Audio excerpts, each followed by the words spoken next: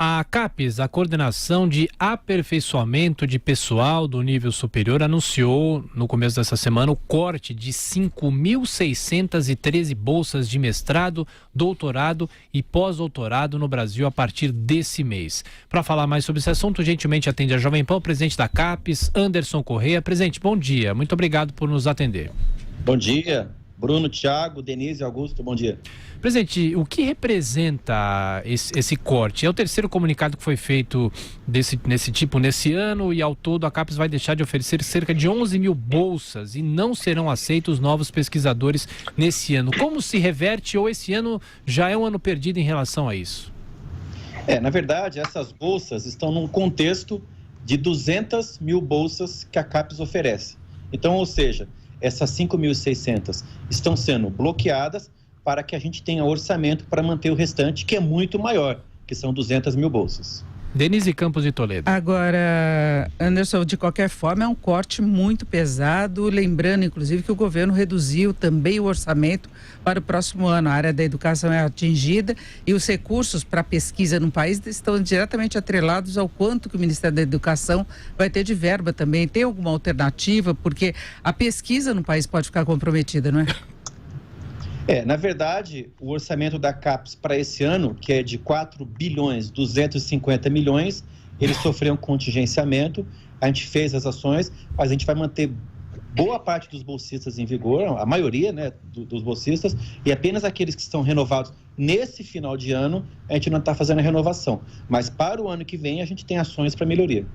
Mas o desse ano, só para complementar, caiu quase pela metade, caiu de 4,25 para 2,20.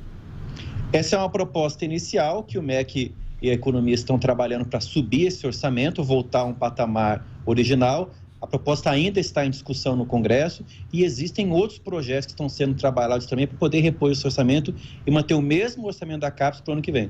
Bruno Garchagen, a sua pergunta. Bom dia, Anderson. Sempre que tem algo relacionado à pesquisa científica no Brasil, a discussão ela quase se resume à quantidade de dinheiro que é destinada a essas pesquisas e a qualidade da pesquisa acadêmica, esse assunto acaba sendo secundário. Tem o professor Marcelo Hermes, da UNB, que vem há muitos anos investigando o assunto, escrevendo a respeito disso, e o que ele diz na conclusão dessas pesquisas é que o Brasil investe em muitas pesquisas científicas, mas o resultado disso é irrelevante, porque essas pesquisas têm baixo impacto mundial. A minha pergunta é, existe algum mecanismo da CAPES para avaliar a qualidade e a relevância dessas pesquisas que são financiadas pelo órgão? Exatamente. A pesquisa brasileira, ela tem muita quantidade e a qualidade ainda precisa ser muito evoluída, né? Eu vou dar um exemplo. Pelo Plano Nacional de Educação, nós precisamos formar 60 mil mestres por ano. Isso é uma exigência do Congresso Nacional, que até 2024 a gente tem que formar 60 mil mestres por ano. Já estamos formando, 6 anos antes do documento da meta, 65 mil mestres, 5 mil a mais. Então, ou seja, a CAPES, através da pós-graduação, ela vem batendo todas as metas de quantidade, mesmo em nível de doutores, que seriam 25 mil doutores por ano, já formamos 23 mil já o ano passado, ou seja, 6 anos antes do documento da meta. No entanto, com relação à qualidade, o que a CAPES fez, então? Todos os bloqueios foram sempre para poupar os cursos de melhor qualidade. Poupamos os cursos nota 5, 6 e 7, que são aqueles que geram o melhor impacto científico, exatamente na linha do que o Bruno está falando, ou seja, priorizar aquilo que tem maior qualidade. Outra questão, poupamos a Amazônia, que a Amazônia é uma região onde ainda tem muito trabalho para ser desenvolvido, trabalho ligado à biodiversidade, etc. E com esses o bloqueio foi um pouco menor. Mas, ou seja, sempre focando na qualidade, na eficiência e fazer mais com menos. Augusto Nunes. Presidente, o dinheiro destinado à CAPES é menor que o fundo eleitoral, que vai ter mais de 2 bilhões e 500 milhões de reais para gastar em 2020. O senhor acha isso justo? Olha, a decisão sobre o orçamento da CAPES cabe ao Congresso Nacional. A proposta está em discussão no Congresso Nacional. Agora, os parlamentares vão decidir se vai colocar mais recurso na CAPES ou em outras frentes. Então, ou seja, o Congresso, que representa o país, vai decidir se é importante investir nessa área ou naquela, então não cabe à CAPES decidir esse assunto. A gente estimula, a gente mostra o que é importante, mostra as ações que estão sendo feitas, e aí cabe os parlamentares tomarem a decisão. Agora, quais seriam as possíveis fontes alternativas de recursos? E eu queria colocar uma outra questão que está sendo bastante destacada, que é o CNPq, que é o Conselho Nacional de Desenvolvimento Científico e Tecnológico, que ele estimula as pesquisas, é ligado ao Ministério da Ciência e Tecnologia. Já anunciou, por exemplo, que não tem dinheiro para pagar 84 mil bolsistas a partir deste mês. O déficit chega a 330 milhões no ano. O quadro geral é de muita escassez de recursos, não é?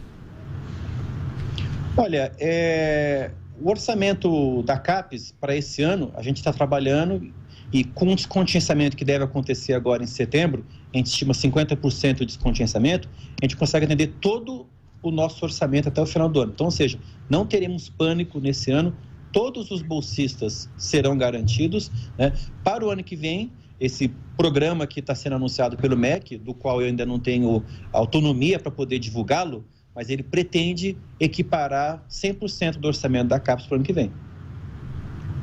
Bruno. Anderson, a respeito, voltando aí ao ponto da qualidade da pesquisa científica, eu sei que há uma proposta que está em discussão entre CAPES e a comunidade acadêmica para avaliação das pós-graduações. Eu queria que você falasse um pouco disso, o que vocês têm discutido, que critérios seriam esses? Então, a gente vem tentando trabalhar em duas frentes na CAPES em termos de avaliação. Elevar o impacto científico, que você mencionou bem, onde o Brasil está abaixo da média mundial. 2, aproximar as universidades do setor produtivo.